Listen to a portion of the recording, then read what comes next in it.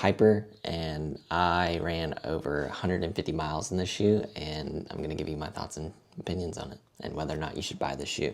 So this was Oncloud's first shoe, one of the first shoes that they don't have a speed board in it. And all that means is like they used to have a plastic piece in the bottom of the shoe, and this one doesn't have it. So I think it makes it, or it's supposed to be, a little bit more flexible. This shoe, however, it's really hard to get it to turn. It only kind of folds like right there at that Piva foam because this foam right here is just so hard. So I typically use this shoe now for like a daily trainer and almost like a recovery run kind of aspect to the shoe. When the shoe first came out, we went to a Oncloud event at a local running store, and they were trying to market it as a race day shoe without a plate.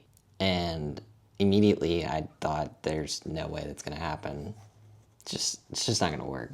Kind of confusing. I think maybe the brand themselves kind of struggled, like, why did we not just have this shoe be the Oncloud Monster 2? Going into it, the shoe has a 37.5 stack height in the heel, and then it drops 6 millimeters. My 10, I think I have a 10.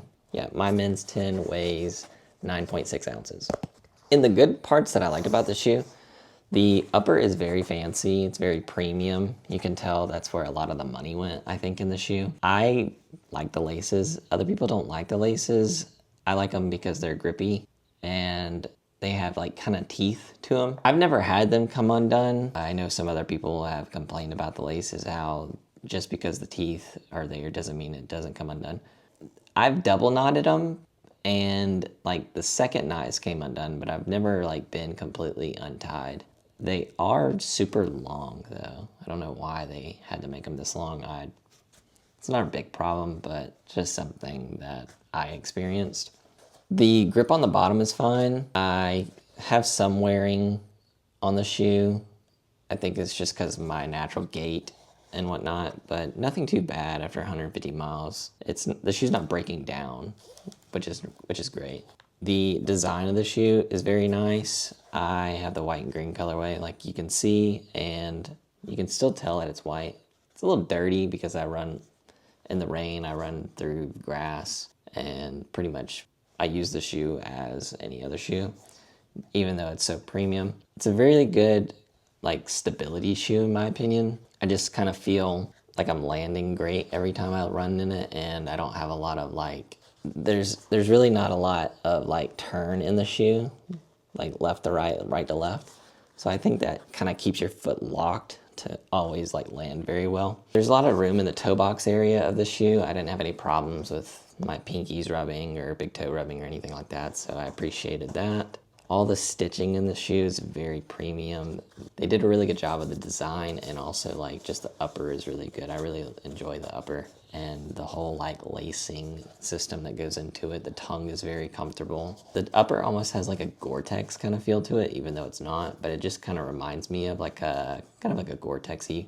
It's probably not the best breathable shoe, but I enjoy it.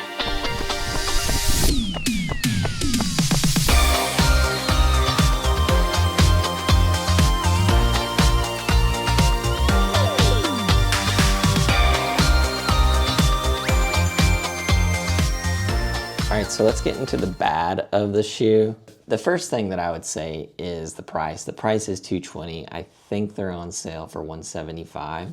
Even at $175, I don't know if I would buy these again. I think it'd be a great $150 shoe, but that's just me. So if you can get these on sale for like $150, I'd probably pull the trigger if you've been looking around for this one. When I first got the pair of shoes, I really didn't like them. I thought they would be a little bit more bouncier than what I thought the Monster 2 was. So I ran into the Monster 2 before I bought these, and the Monster 2s were fine, but I thought this would mean this would be more bouncy, and it just wasn't. The foam was a little bit firm for the first couple runs, and I don't know, I didn't fall in love with the shoe. But over time, I enjoyed running in the shoe. It's not the best for the price. If you get really tired on your long recovery runs, the shoe almost kind of feels a little heavy. And some days it would feel like I was running with some like blocks on my feet, kind of bricky. I think it's like the stability part of it. Like I said, it does not have a plate. It has some premium Piva foam up in the forefoot, but it ends like halfway through the shoe. So a little bit less on this side. The Cloud Tech is okay. It's not the best, but you really don't feel it, to be honest. Like, I found the shoe to be very kind of firm. I don't know, the foam just kind of feels kind of average. Yeah, this one is breaking it down a little bit more. I even have like some kind of nail or something in there, so I don't know what that is. It's like a tack. Okay, so I wonder if this has anything to do with a lot of people are getting roofs because Hurricane Helene came through and just wrecked everything. But yeah, little thumbtack. Didn't feel it, so there's enough foam where I can step on a tack, I guess.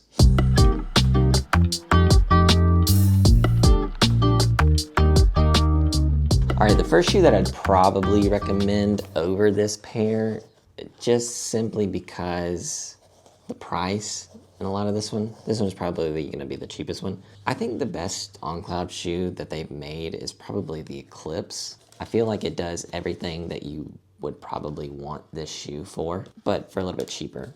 I think the Eclipse is 180, maybe 170. If you can get that one on a deal, I'd probably pull the trigger on that one before I would recommend this one. If we go to kind of the same price point, I have not ran in it, but the Hoka Skyward X has got fantastic reviews. A lot of people really like that shoe for the same amount of price point. Now, a little cheaper, the friends from Asics made a really good shoe, the Super Blast 2. That one has got amazing reviews. And the last shoe, I would probably recommend it if you're looking for, like if you were thinking this was gonna be your long run recovery shoe and you don't wanna, like I kinda talked you out of it, I would personally buy the Brooks Glycerin Max before I bought these pair. So I ran in the Brooks Glycerin Max recently, and I told them, I said I would buy that shoe before I bought this shoe. I would take a look at that one. Probably not gonna get it on sale. I think it retails at 180, if I remember right.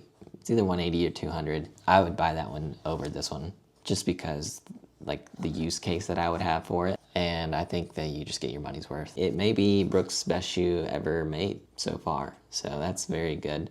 I think it's their most recent one that they came out with. Just to sum it up, if you can find this shoe for 160 or less, probably decent for a good daily trainer. Outside of that, you're not gonna run a 5K in this shoe. You're not gonna race in it. For me, I just use it to gobble up miles. And if you're interested in any other shoe reviews, this playlist right here is all the shoe reviews that I've personally done.